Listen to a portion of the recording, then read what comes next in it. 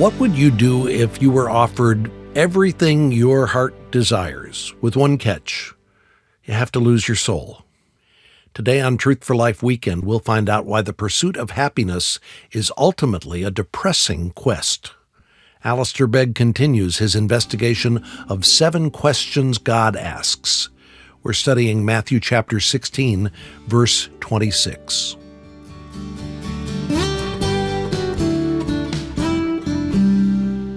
Well, our question is there, what will it profit a man?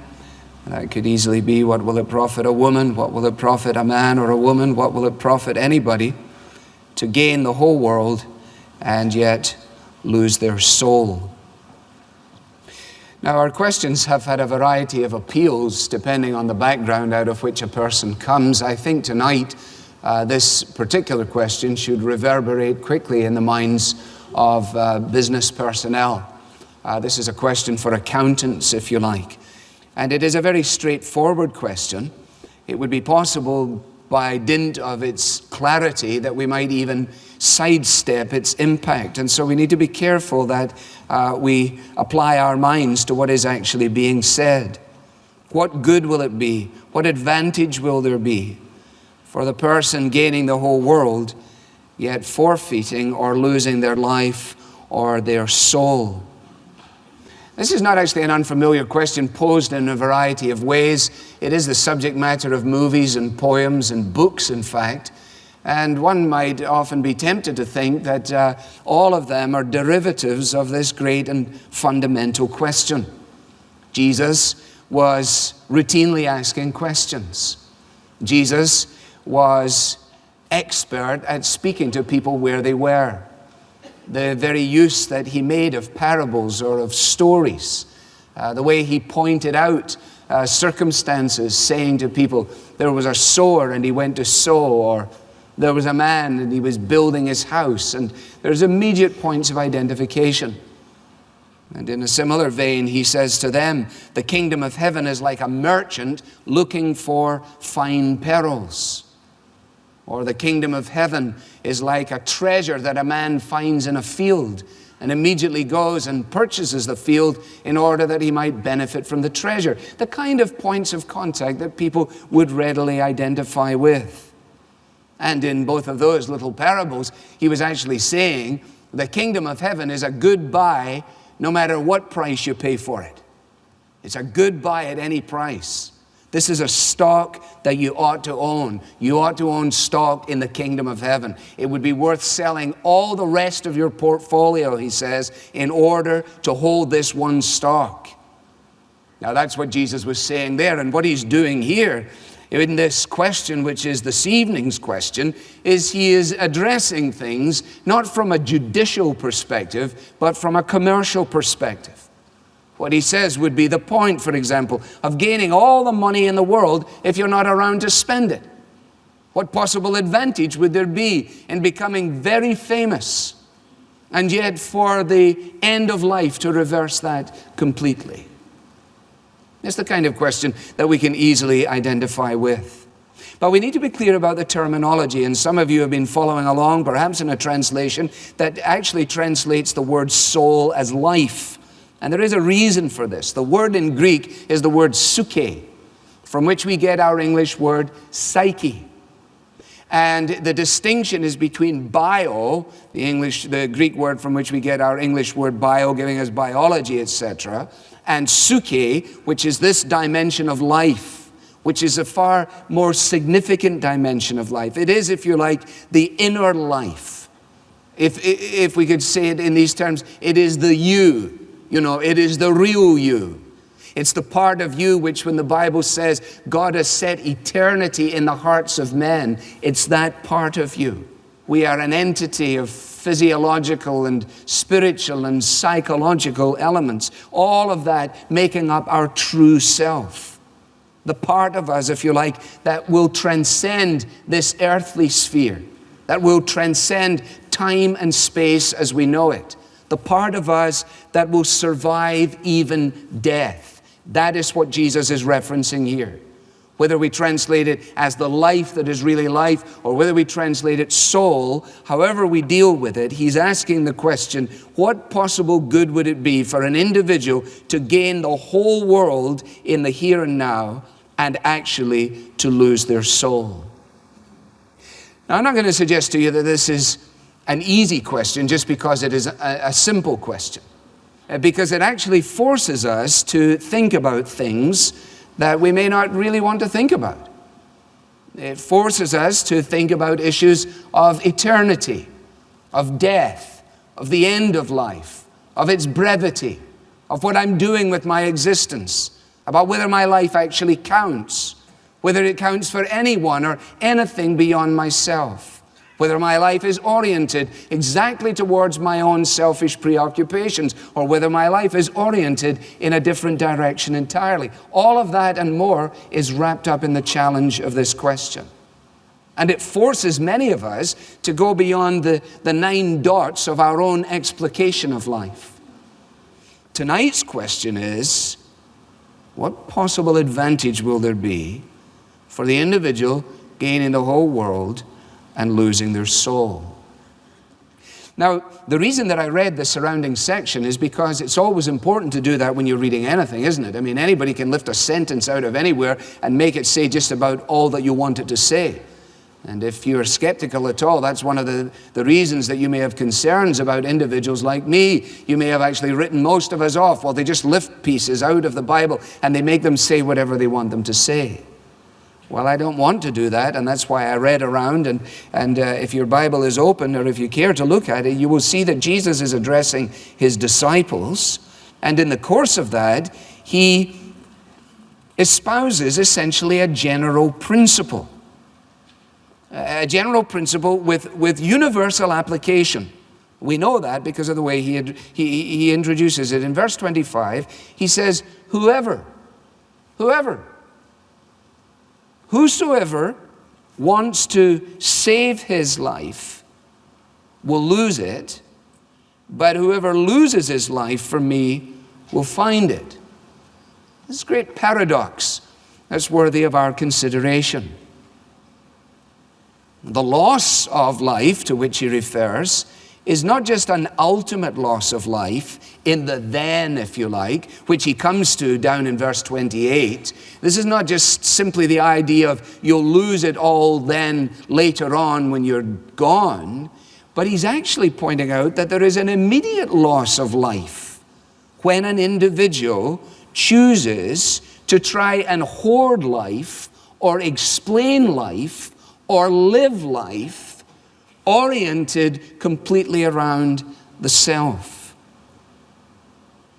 You see, if we regard life as no more than this ordinary physical frame, and if we determine to give ourselves entirely to getting out of it whatever we can, then, says Jesus, we actually lose life in the fullest sense.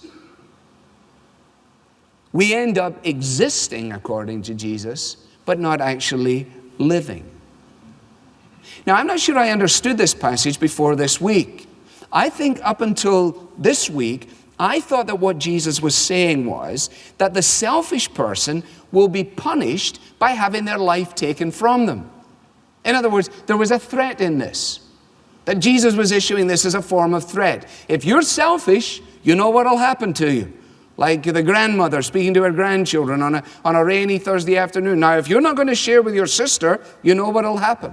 But actually, when I read it again and studied it, I realized that this is not a threat. This is an observation. Jesus is not making a statement here about a punishment factor. Rather, he is pointing out what happens when a person chooses to live their life in a certain way. If you try and make sense of it all, if you try and orient it all around yourself and who you are and what you have and what you've achieved and what you've done, then, says Jesus, you will actually lose your life.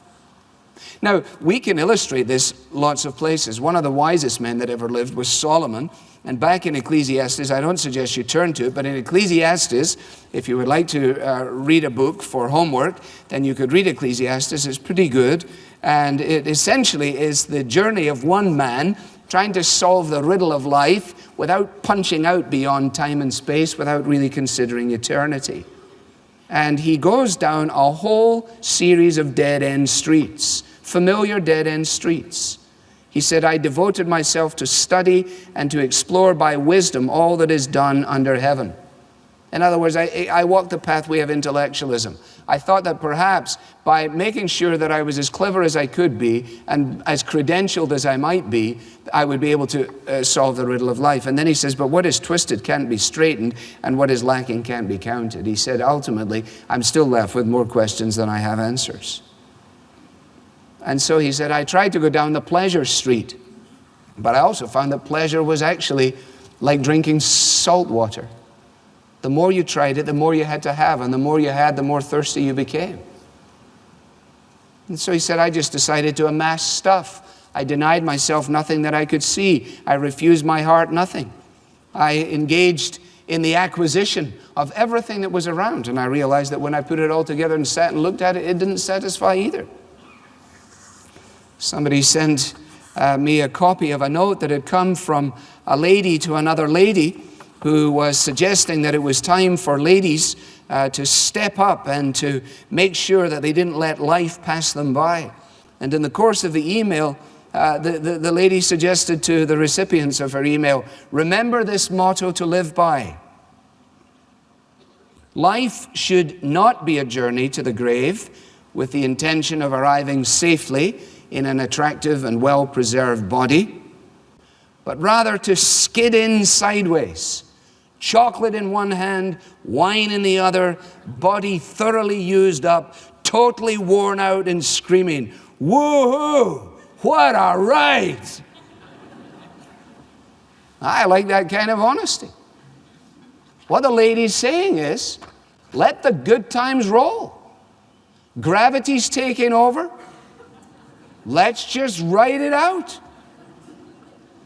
But there's no thought of eternity. What would it profit such a lady to have the right of her life and lose her own soul? And what would she give in exchange for her soul? But pleasures are like poppies spread. You seize the flower, its bloom is shed. And like a snowflake in the river, one moment here and then gone forever. Robert Burns, Scottish poet. Or what about Walter Lippmann in a far more difficult quote in his book, A Preface to Morals? He talks about how man, as man, at this point in the 21st century, finds himself a discontented being. And listen as he writes. At the heart of it, there are likely for him to be moments of blank misgiving, in which he finds that the civilization of which he is a part leaves a dusty taste in his mouth. He may be very busy with many things, but he discovers one day that he's no longer sure they are worth doing. He has been much preoccupied, but he is no longer sure he knows why. He has become involved in an elaborate routine of pleasures, and they do not seem to amuse him very much. He finds it hard to believe that doing any one thing is better than doing any other thing, or in fact, that it is better than doing nothing at all. It occurs to him that it is a great deal of trouble to live, and that even in the best of lives, the thrills are few and far between.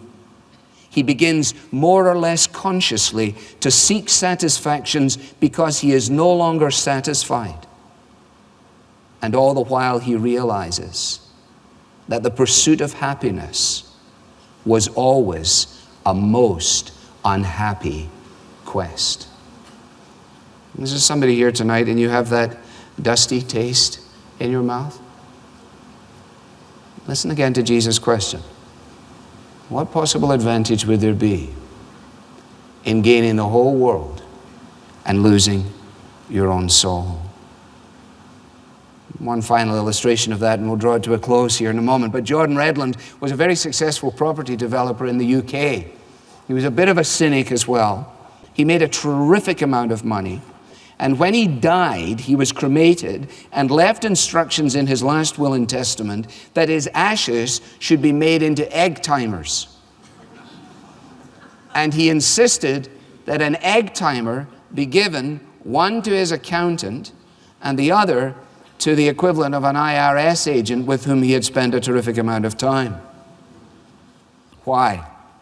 Well, reflecting on the goals that had directed the best years of his life, he said, "One day, I suddenly thought I'd worked hard all my life, only to hand over most of my cash to the bank and the tax man.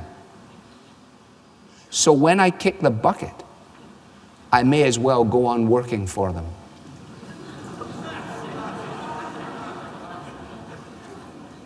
But you see, workaholism is often a thin disguise, a cover-up, a run for the border. Men, women running from themselves, running from their family, ultimately running from God. No time for these disturbing doubts, no time for these difficult questions. What would it profit a man if he gained the whole world and lost his own soul? Now let me end in this way. Pascal, the French philosopher and mathematician, gave as his explanation for this chase down the street the existence of what he referred to as a God-shaped gap at the deepest level of our being. Pascal identified the fact that the reason for our existence was a living relationship with a living God who had made us through Jesus.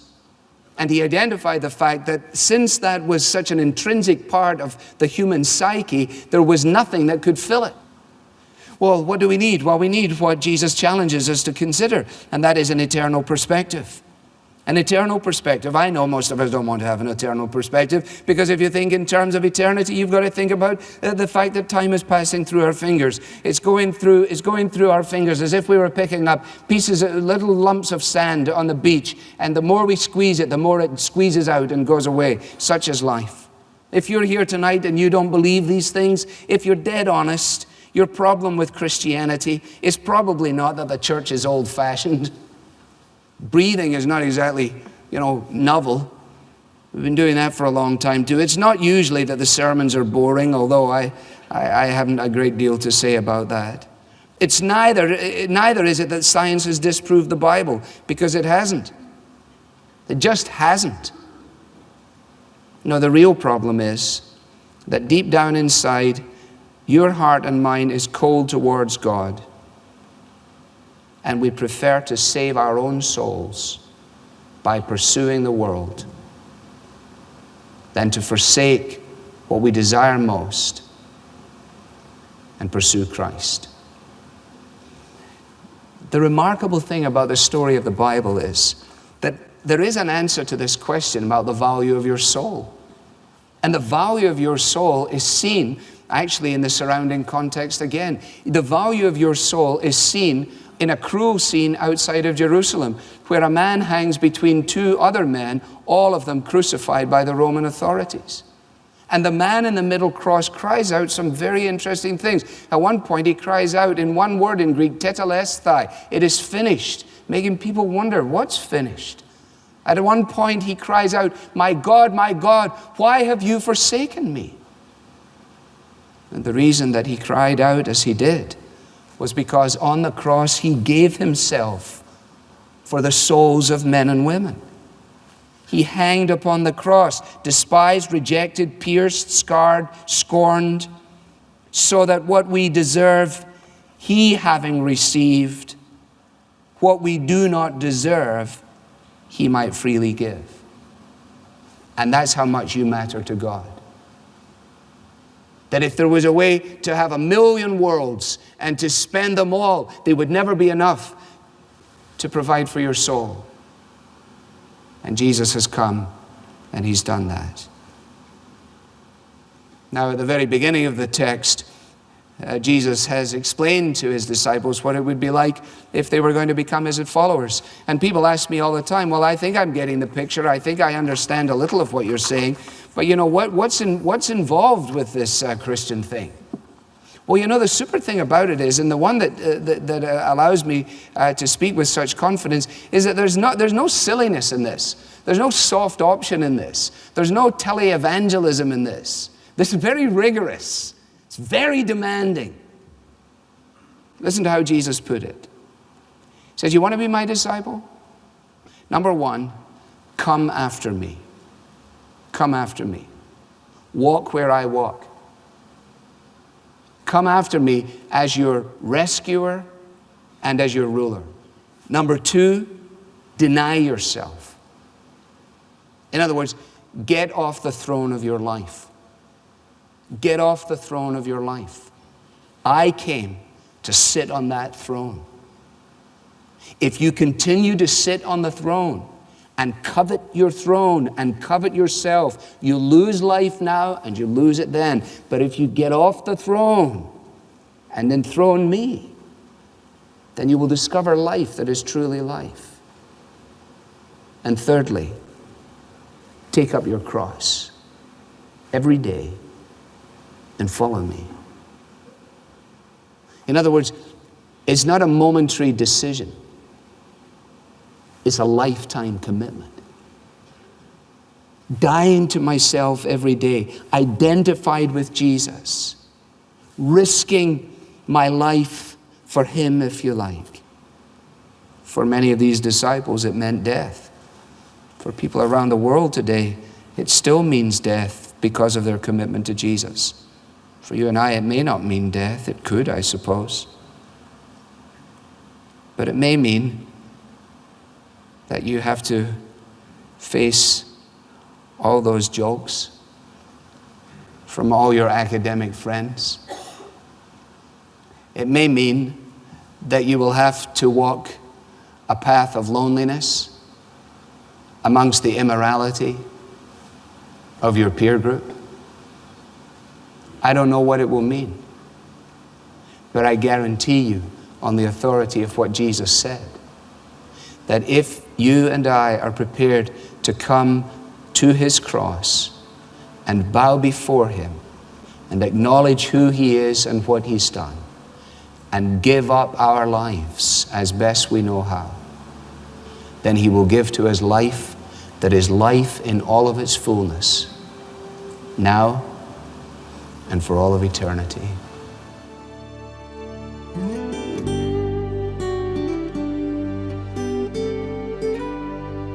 Each of us needs to keep an eternal perspective and to make a lifetime commitment to follow Jesus. It's only then that we can truly profit.